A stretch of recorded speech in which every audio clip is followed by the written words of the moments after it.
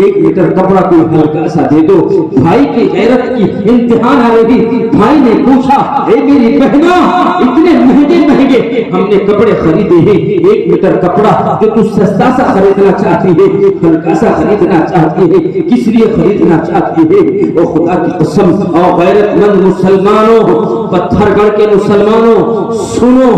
سنو, عجیب جملہ سنو, بڑی عجیب بات کہی. بہن روتی ہوئی کہتی ہے میرے بھائی کی غیرت کے ایمان میں تو للکارا ہوئی. میرے بھائی نے کہا اے دکان والے تیری دکان کے اوپر جو سب سے قیمتی کپڑا ہو قرآن کے لیے وہ کپڑا دیجیے. جب میری بہن نے اپنے جسم کے لیے جو کہ فنا ہونے والی چیز ہے 2000 کا لیا, 10,000 کا لیا, 20,000 کا لیا, مگر اللہ کے قرآن کے لیے یہ ہلکا سا کپڑا لیتی ہے, ہلکا کپڑا مت دینا. دکان والے نے کہا یہ بھائی صاحب دکان پہ اتنا بڑا مہنگا تھا نہیں, یہ 6,000 روپے کی قیمت کا تھا نہیں, اگر میں اس میں سے 1 میٹر کپڑا کاٹ دوں گا تو یہ پورا تھان خرید ہوگا. بھائی نے کہا اے دکان والے میرے رب کے قرآن کی فضیلت کے اور عظمت کے سامنے 6,000 روپے کی اوقات مجھے بتاتا ہے, یہ 6,000 کا کپڑا میرے رب کے قرآن کے لیے دے, میں اسی تھان میں سے کپڑا سلواؤں گا. گھر آیا اپنی بہن سے کہا اے میری بہنا اسی تھان میں سے قرآن کی عظمت کے لیے قرآن کے لیے کپڑا سلیے. بہن نے اسی کپڑے میں سے قرآن کو سلا, قرآن کے جزدان کو سلا اور قرآن کو کپڑا پہنایا. بس قرآن کے کپڑے کی عظمت تھی, قرآن کے کپڑے کی قیمت تھی کہ اللہ نے اتنی سی قدر کرنے کے لیے قرآن سنتے سنتے اپنے پاس بلا لیا. اس سے بھی عجیب بات یہ سنو, ایک روایت میں آتا ہے کہ ایک شخص ہے اور ایک چند لوگ ہیں, انہوں نے مل کر یہ فیصلہ کیا کہ چلیے ایک قافلہ لے کے سفر پر چلتے ہیں. پہلے کی طرح اب کی طرح پہلے اتنی سواریوں کے انتظامات نہیں تھے, اب سواریوں کے انتظامات بہت تھے. چنانچہ وہ قافلہ چلا اور وہ قافلہ چلتا گیا 10-20 دن گزرے. اس قافلے میں سے ایک آدمی کا انتقال ہو گیا. اب دیکھا اگر ہم پیچھے جاتے ہیں تو 20 دن جانے میں لگیں گے, اس کی لاش کو یہی دفنا دیا جائے. قبرستان قریب تھا, بستی والوں کو بلایا اور قبرستان میں داخلہ دیا اور قبر کو کھودا گیا اور دفنا دیا گیا. جب 2-4-10 دن 20 دن گزرے وہ قافلہ گاؤں میں واپس لوٹتا ہے. اس قافلے سے لوگ پوچھتے ہیں ہمارا بھائی کہاں ہے, ہمارا ابو کہاں ہے, بچے سمٹ گئے. بتایا گیا کہ تمہارے ابو کا انتقال ہو گیا. اس سے آگے میں لے چلتا ہوں, بہت دن گزر گئے, 2, 10, 20, 8 سال کا عرصہ گزرا. 8 سال کے بعد بچے کی تڑپ کو دیکھی. بچے نے کہا اماں جان مجھے میرے ابو کی شکل دیکھنی ہے, اماں جان مجھے ابو دکھائیے, میں چاہتا ہوں کہ میں اپنے باپ کو دیکھ سکوں. ماں نے کہا کہ بیٹا تیرا ابو اللہ کو پیارا ہو گیا ہے, اب تو اس کو کیسے دیکھے گا. بالغرض بچے کی ضد تھی. محلہ اکٹھا ہوا, ہم اپنے باپ کی قبر پہ جانا چاہتے ہیں. اللہ کو نظارہ دکھانا تھا, اللہ کو بتانا تھا کہ قرآن کی عظمت کیا ہے, قرآن کی قیمت کیا ہے, قرآن کی عظمت کیا ہے, قرآن کی قدر و منزلت کیا ہے, قرآن کی برتری کیا ہے, قرآن کی بڑائی کیا ہے. قبرستان میں قبر کو کھودا گیا. جب قبر کھودتے رہے تو خوشبو آتی گئی, خوشبو آتی گئی, ایسے خوشبو آتی رہی کہ ایسے خوشبو آج تک کسی کے ناک نے نہ سونگی تھی نہ دیکھی تھی. اس خوشبو کو جب اور ہٹایا گیا, اس مٹی کو اور ہٹایا گیا تو دیکھتے ہیں کہ اس قبر کے اندر سے ایک مسکراتا ہوا چہرہ, حسین و جمیل چمکتا ہوا چہرہ موجود ہے. ایسا معلوم ہوتا ہے کہ جیسا ابھی دفنایا ہو, جبکہ اس قبر کو 8 سال کا عرصہ ہو گیا تھا. اس قبر کے اندر سے بچے نے کہا کہ میرے باپ کو باہر نکالو. یہ مضبوط روایت ہے, میں کوئی کہانی نہیں بیان کر رہا ہوں. جب اس کے باپ کو قبر سے نکالا گیا تو اس کے باپ کو قبر سے نکالتے ہی چہرہ پھٹ پڑ گیا, بدلنا شروع ہو گیا, کالا پڑنا شروع ہو گیا, بدبو آنے لگی, کہما کہمی ہوئی. لوگوں نے کہا یار عجیب معاملہ ہے, ابھی اتنی خوشبو تھی اور ابھی قبرستان میں اتنی بدبو کیوں ہو گئی. لاش نہ گلی ہے, لاش نہ سڑی ہے, نہ پھولی ہے, جیسا دفن کیا تھا ویسا کا ویسا مردہ قبر سے نکالا جا رہا ہے. عالم دین کو بلایا گیا, پوچھا گیا کیا معاملہ ہے. عالم دین نے کہا کہ اور تو کچھ نہیں, بس مجھے یہ بتاؤ کہ اس کی قبر کے پاس کس کی قبر ہے. معلوم ہوا بستی والوں نے بتایا کہ اس کی قبر کے پاس حافظ قرآن کی قبر ہے. او خدا کی قسم مسلمانوں سنو, حافظ قرآن